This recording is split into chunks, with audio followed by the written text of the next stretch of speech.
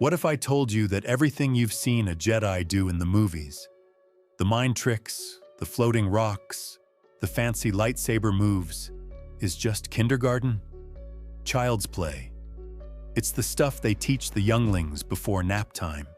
Because out there, in the forgotten histories and the censored archives of the Jedi Order, there are stories of masters who went so far beyond that. Masters who didn't just use the Force, they commanded it. They bent reality to their will, defied the laws of physics, and touched a level of power that can only be described as divine. These aren't just powerful Jedi. These are individuals who looked at the fundamental rules of the universe and simply said, no. They became living gods of the Force. And today, we're counting down the 7 most powerful of them all. Coming in at number 7 is a master, you know, but whose true power is often misunderstood. Mace Windu. Now you've seen him in action. He's a blur with a purple lightsaber, the only one who ever bested Palpatine in a one-on-one duel. But his real power wasn't in his blade. It was in his mind. Windu was a master of a rare and incredibly dangerous Force ability called Shatterpoint. Imagine looking at a person, or a starship, or even an entire political situation, and seeing its single critical weakness. Not a physical weak spot, but a metaphysical one. A fracture in its existence. A single point of failure. With a touch, or a word, or a precise strike, Windu could cause that object, or that person's will, to simply crumble. He could see the fault lines in reality itself. It's not about brute force. It's about a perfect surgical application of pressure that could bring down empires. This wasn't just fighting. It was a fundamental understanding of how to unmake things. At number 6, we travel back to the Old Republic, to a Jedi master whose power was born from absolute tragedy. Her name was Nomi Sunrider. She wasn't a warrior by nature. She was a wife and a mother, living a peaceful life until her husband, a Jedi Knight, was murdered right in front of her. In that moment of pure grief and rage, something awoke in Nomi. She picked up her fallen husband's lightsaber and fought off his killers, her raw, untrained power shocking everyone. But her most godlike ability was far more terrifying than any lightsaber. Years later, facing a powerful dark side warrior who had murdered one of her closest friends, Nomi did something unprecedented. She didn't strike him down. She didn't imprison him. She reached out with the Force, not with anger, but with a cold, absolute certainty. And she built a permanent wall of light inside of him, completely and irrevocably severing his connection to the Force. He was left as a hollow shell, unable to touch the power that had defined his entire life. Imagine having the ability to strip someone of their very essence, to turn off their soul with a thought. That is the power of Nomi Sunrider. For our number 5 spot, we have to talk about potential. We have to talk about the one who was supposed to be the ultimate expression of the Force, Anakin Skywalker. Before the suit, before the rage, before the fall, Anakin was a living conduit for the Force unlike any other. His midi-chlorian count was higher than even Yoda's. He was conceived by the Force itself. He was, for all intents and purposes, a demigod waiting to realize his own power. The Jedi feared him for it.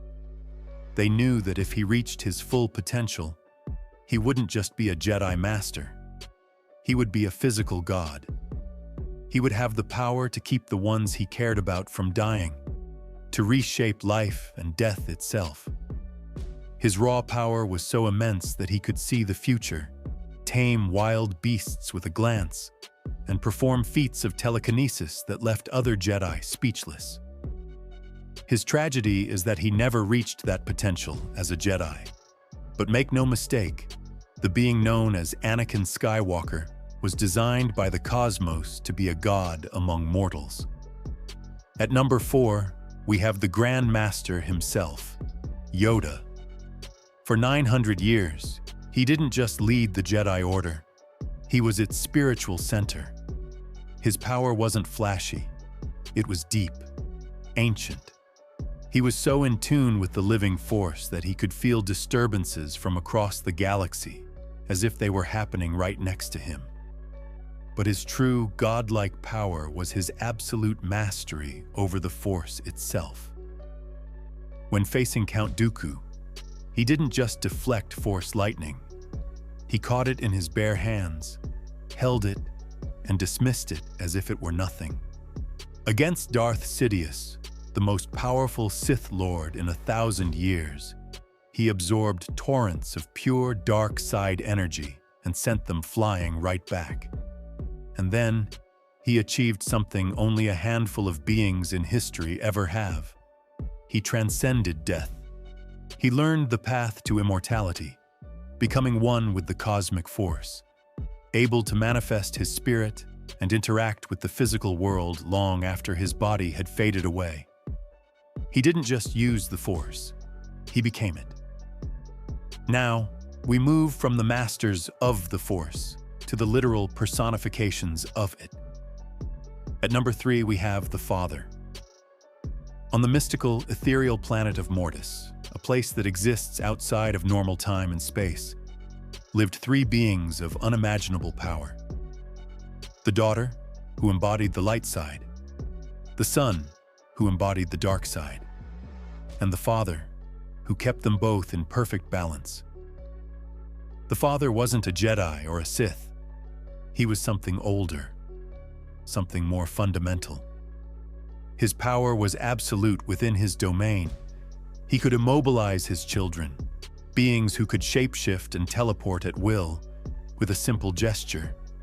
He could strip others of their Force abilities, rewrite their memories, and show them visions of their own destiny. He was the living anchor of the Force, the fulcrum upon which the light and dark balanced for millennia. His existence proves that there are levels of power in the galaxy that make the struggles of Jedi and Sith look like petty squabbles. He was a true god of the Force, tasked with maintaining cosmic balance itself. But what if a mortal could achieve that kind of power? What if a farm boy from a desert planet could rise to become the single most powerful Force user the galaxy had ever known? For our number 2 spot, we must turn to the Legends timeline and look at Grand Master Luke Skywalker. This isn't the Luke you know from the movies. This is Luke decades later, after facing horrors that would break anyone else. He has seen and done the impossible. This Luke could use the Force to walk on molten lava. He could use telekinesis to rebuild entire Jedi temples, stone by stone, with his mind. During the war against the Yuuzhan Vong, a species immune to most Force abilities, Luke became something else entirely. He achieved a state of oneness with the Force so profound that he moved faster than the eye could see, appearing to wield dozens of lightsabers at once. He once held a collapsing black hole in place with his will alone, a feat of power that is, by any definition, impossible. He could project his astral form across the galaxy and even bring people back from the brink of death. This Luke wasn't just a Jedi master. He was the living will of the Force, its greatest champion, and a mortal man who had truly touched the face of God. But there is one Jedi whose power is so absolute, so fundamental, that it surpasses even Luke's incredible feats. A power so complete that it redefines what it means to be a Jedi. Our number 1 Jedi who became a god of the Force is Revan, but specifically Revan Reborn. After being a Jedi Knight, a conquering Sith Lord, and then having his mind wiped and being retrained as a Jedi, Revan walked a path no one else ever has. He stood perfectly between the light and the dark, and he could wield both sides of the Force simultaneously. Imagine the raw passion and power of the dark side, perfectly controlled by the discipline and serenity of the light. In his final battles, Revan demonstrated abilities that were simply staggering. He could teleport. He could conjure Force apparitions of himself to fight alongside him. He could unleash storms of Force energy that combined the destructive power of lightning with the purifying light of the Jedi. He didn't just use the Force. He harmonized its two opposing aspects within himself. He became a walking paradox, a living embodiment of balance. He was no longer just a man. He was the gray, the nexus, the one being in the galaxy who had truly mastered the entire spectrum of the Force. So, when you think of the Jedi, don't just picture monks with laser swords. Picture the masters who could shatter reality with a thought, who could turn off a soul, who could balance the cosmos, and who could hold black holes in the palm of their hand. The films only showed us the beginning of the path. The true journey into the Force leads to places of unimaginable power, where the line between mortal and God simply fades away.